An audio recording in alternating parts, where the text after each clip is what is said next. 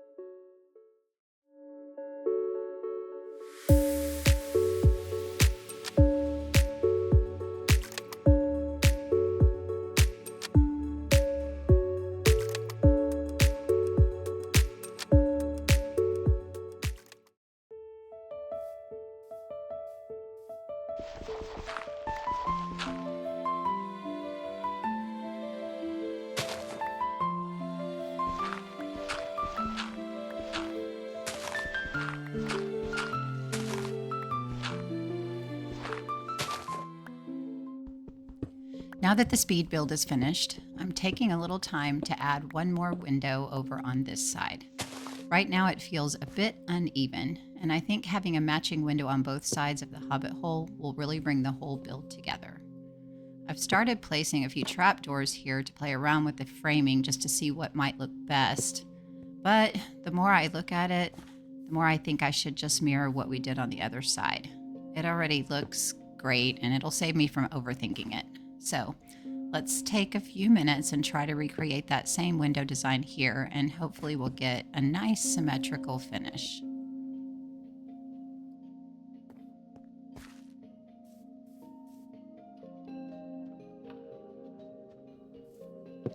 As I'm wrapping up this window, I'm realizing there's some terraforming that really needs to happen. There's too much exposed stone around here, and it's kind of breaking the vibe. I want to replace a lot of it with dirt so it blends in better, especially since I'm planning to decorate this whole area with leaves, flowers, and tall grass to really bring the Hobbit hole to life. But honestly, I get sidetracked a lot when I play Minecraft. I'll be focused on one task, and then I spot something that just doesn't look right, like all this stone, and I can't unsee it. So I stop everything to fix it, And then that leads to something else. And before I know it, I'm off on a whole new project. Total squirrel moment. It's just, I squirrel a lot.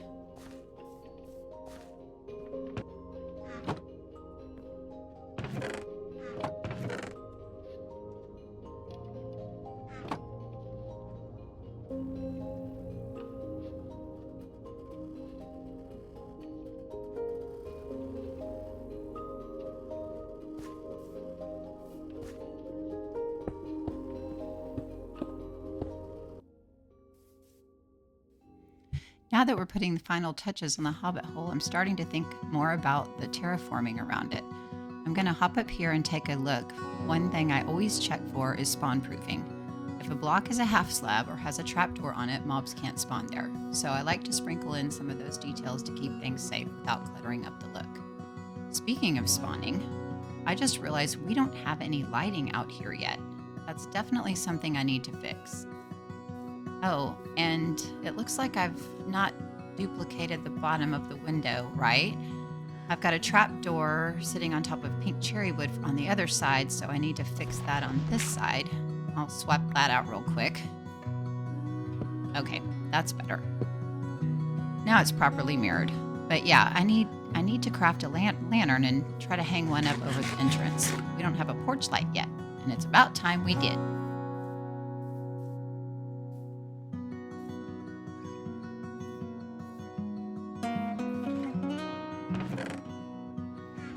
Now it's time to gather materials for that lantern. I know I need iron. Let's see. Where did I put it?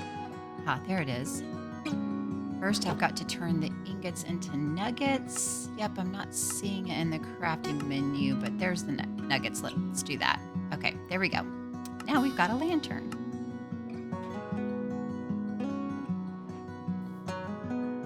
Let's see where it can go. Can't hang it on that trapdoor. Maybe this one over here. Need to back up just a little bit. Perfect. Yay! It's starting to feel more and more like home. Oh, and while I'm at it, I want to craft a stone cutter. It's super handy and saves a lot of resources.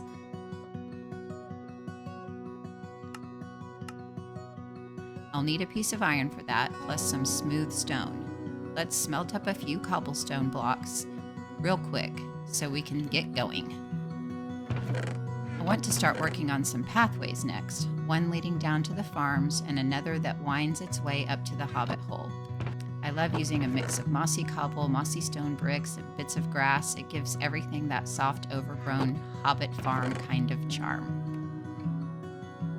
Let's take a few minutes to tidy up our inventory, clear out some of the stuff we don't need right now, and make a bit more space.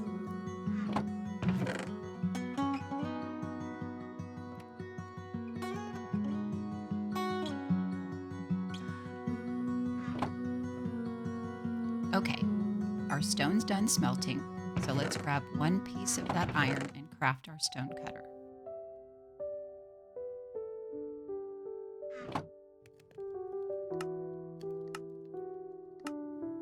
There it is, stone cutter complete. Now we're officially professional builders. With that, let's go ahead and craft some mossy stone bricks. I want to start shaping up the entrance and lay down the beginnings of a pathway. Just a little something to lead into the Hobbit hole and give it that cozy, well-worn feel. When I build paths, I like to place blocks in a sort of patchy, natural way, mixing in mossy cobble, mossy bricks, regular stone, even some grass or coarse dirt. I don't follow a pattern, I just go with what feels right. It makes the path look like it's really been walked on for years.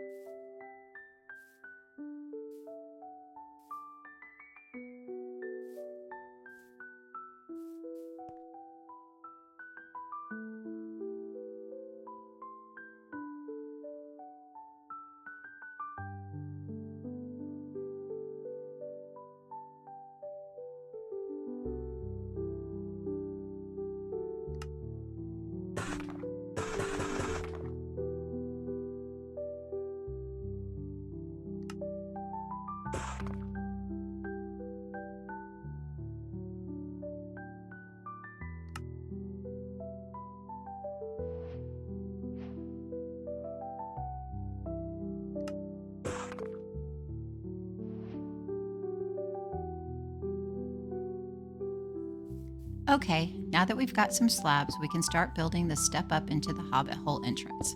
Slabs are great because they let you walk up smoothly without having to jump. I'm going to mix in some of those along with a bit of cobblestone so we've got three textures to work with. Keeps things interesting and rustic.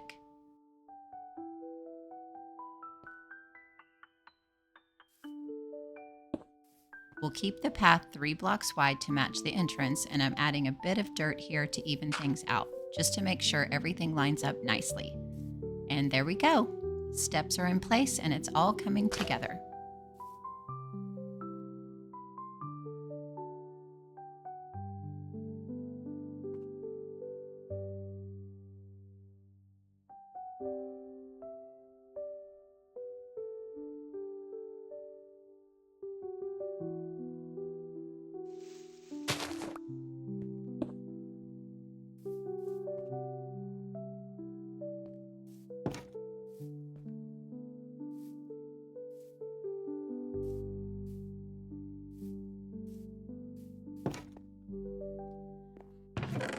Let's put some of this cherry wood away. We won't be needing that for a little while, now that the main structure of the Hobbit hole is done.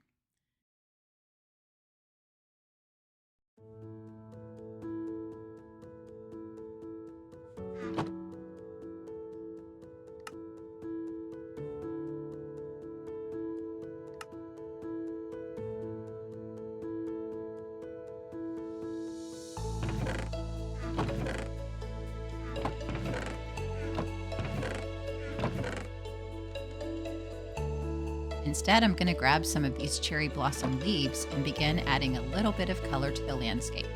Right now, there's just so much brown with all the dirt and stone, it's feeling a little bit dull. Soft pink leaves are perfect for breaking that up.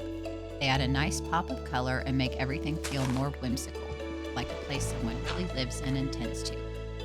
I'll scatter them around gently, not in big clumps, but just enough to bring a little bit of life to the terrain. We'll build up more with jungle leaves and tall grass too, but I like starting with a few eye-catching pieces to set the tone. And once we find a lush cave biome, I definitely want to come back and mix in some azalea leaves. Those are one of my favorites. They have that slightly brighter green with a bit more shape to them, and they blend so well with overgrown builds.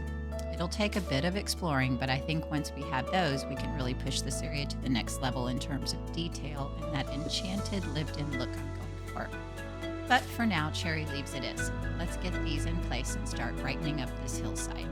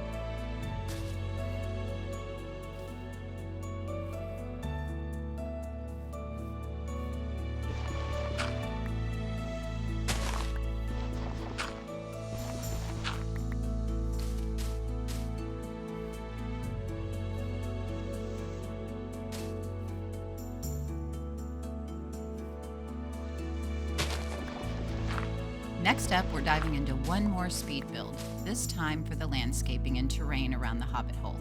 We've got leaves to place, paths to shape, and plenty of cozy little details to bring it all together. So sit back, relax, and enjoy some peaceful music while we jump into a bit of a speedy build time.